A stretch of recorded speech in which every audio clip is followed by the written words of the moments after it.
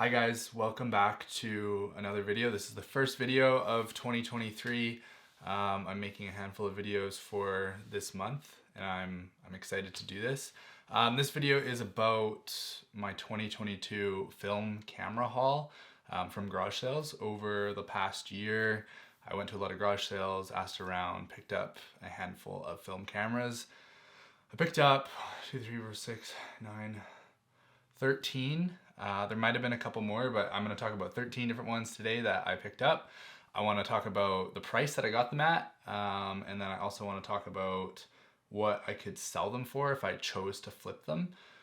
So yeah, that's kind of what we're doing today, and yeah, let's get into it.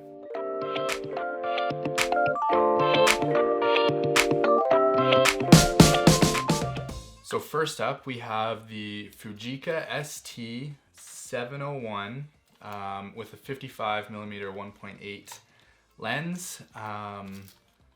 This camera I purchased for $30. I actually went and the garage sale did not have any cameras for sale, and I asked if they had any film cameras for sale, if I had missed them, if there were any that they just didn't put out.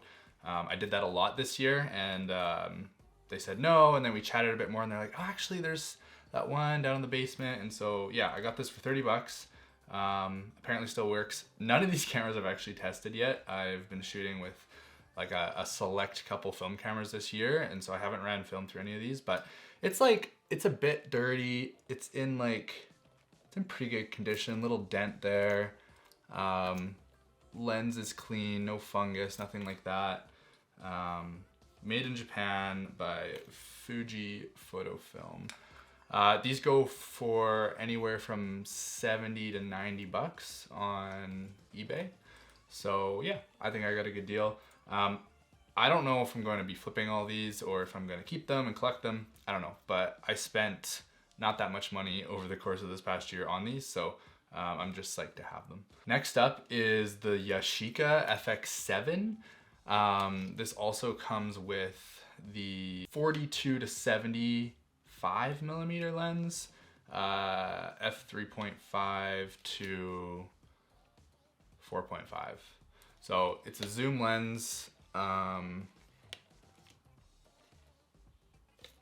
Yeah, this camera is very clean, except for the grip here.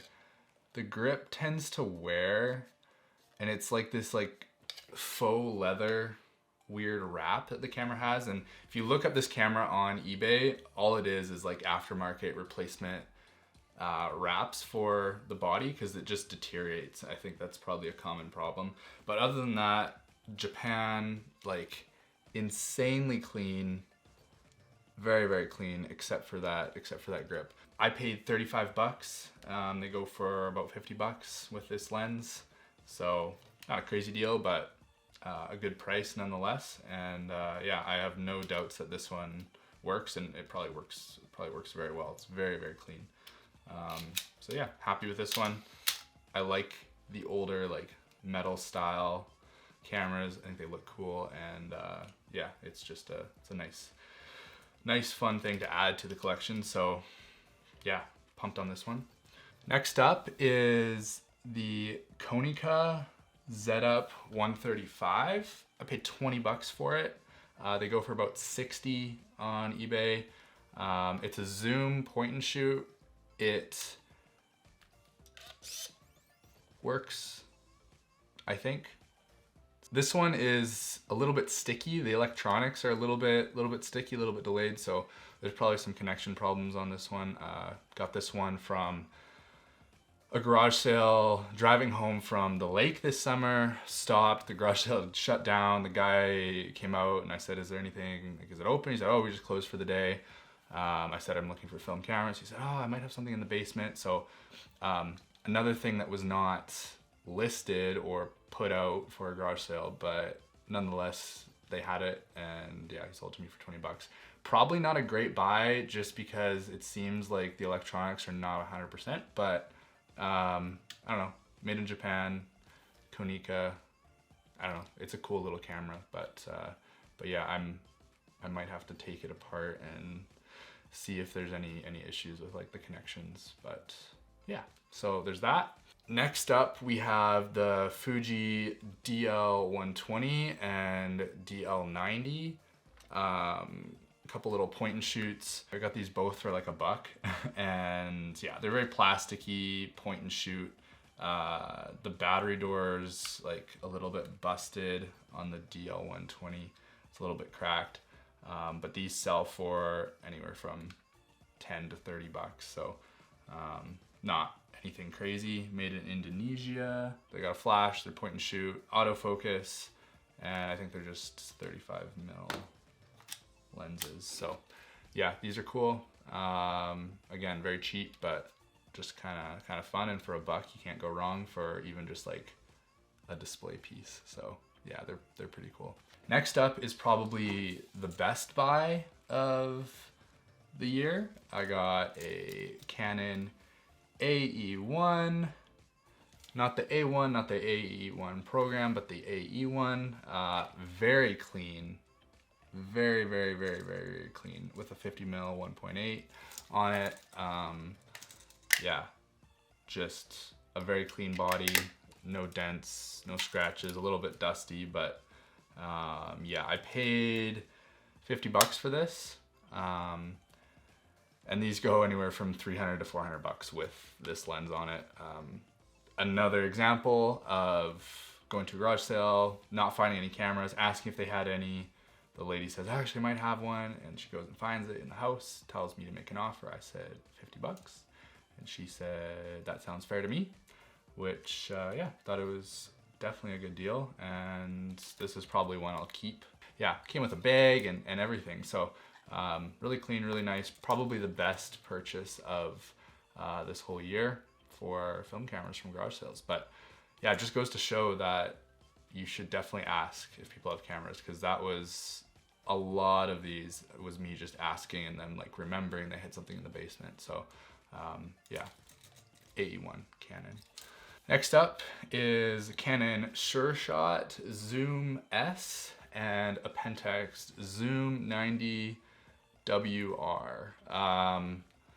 This one, it's missing the little like shutter cap, but I'm assuming it would work.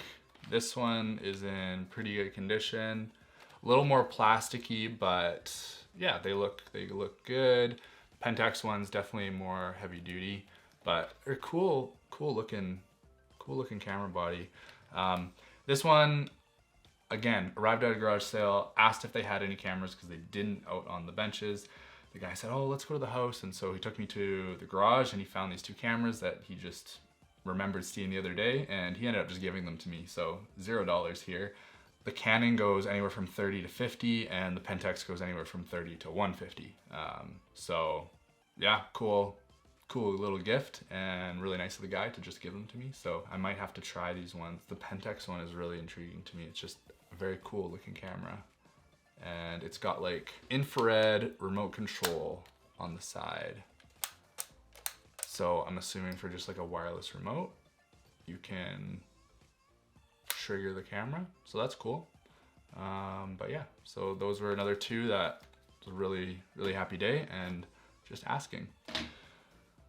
So these next 4, we have the Fujifilm Photonex 260 IX zoom. That one's interesting. It's got like the screen on the back. Feels mediocre. Doesn't feel insanely cheap, but yeah. So we got that one. We got the Canon XL1. This one feels very plasticky, but kind of a little more like tubby and compact. These are both very similar, but compared to something like the last Pentax, it's a little bit smaller. So yeah, we got these 2, and then we have the Canon Snappy Easy. So this one is very lightweight and very plasticky. 35mm one, f3.8 lens. Seems very simple, but very, very light. And yeah, you have modes for your ISO on the bottom. You can click if you want 200, 100, 400, or 1600, 1000. So that's cool. A lot of point and shoots don't have that option, and you have to do the DX code hacking. So with this, you don't have to do that. But yeah, very simple. Lens cap, and then flash on and off, and just point and shoot. So that's very neat. And then finally, the Yashica ZoomTech QD, 35 to 70 millimeter lens, 3.5 to 6.7. Not great, but yeah, a little bit of a bigger body, very similar to like the Pentax, very similar style, a little bit plasticky, but definitely heavier. All 4 of these I purchased for $5, $5 a piece.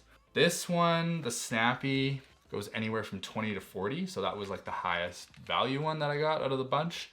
The Yashica goes maybe $30 I could get, and then these two, like maybe $5. I maybe broke even on either one. They don't go for very much, pretty cheap. So yeah, these were kind of the best value out of that bunch, but $5 a piece, so I was happy with that. Last but not least, this is the Canon EOS 3000 with a 28 to 80 millimeter lens. This lens is kind of beat, a little bit rough, no lens cap. The lens underneath doesn't look scratched, it's just a little dusty, so it doesn't look bad. They wanted $10 for it. I think I offered them $5 because there was something I was unsure about, and I'm trying to remember. But like everything looks good on the inside. And yeah, these go for I think about $30. Got it for $5. They were wanting $10. Yeah, very plasticky again, light. But that concludes all of the cameras that I grabbed this year. I'm trying to think. There might have been a couple more, but not really worthwhile discussing. And again, these aren't like, some of these deals were pretty good. The first initial ones, like some of those older steel body cameras, are pretty neat. And then once in a while you come across a cool point and shoot, but for the most part, pretty cheap. Who knows if they work? I'm assuming a lot of them do. They look in decent condition. There's a few rough ones, but yeah, so I may sell them. I may just put them on a shelf and add them to the collection. Lots of people are picking up film cameras nowadays, so they may be some type of minor investment too, who knows. But yeah, I really enjoyed them, and I think it was cool that you're able to go to these places and just ask. And a lot of people just like, yeah, I actually have one, I didn't think it would sell, those kinds of things. And yeah, there's lots of times too where people were like, oh, I just had one the other day, I had a film camera, someone came and bought it. And so there's other people out there looking as well. So it felt good to go to a garage sale every time I saw a sign and just ask, and a lot of times it paid off. I spent overall $160 Canadian, $162 Canadian. And if I was to sell them for like the average price they go for on eBay, I could probably sell everything for about $645. Most of that coming from the AE1, but yeah, $483 profit, all Canadian dollars. Yeah, so anyways, hopefully that was enjoyable, kind of fun just to see what you can get from garage sales, what's out there, especially just if you ask, and kind of what people are selling. Yeah, that's all I got. Hopefully this was enjoyable to watch. Thank you for watching. And yeah, stay tuned for more videos. Take care of yourself. Have a great morning, evening, afternoon, middle of the night, wherever in this world that you are.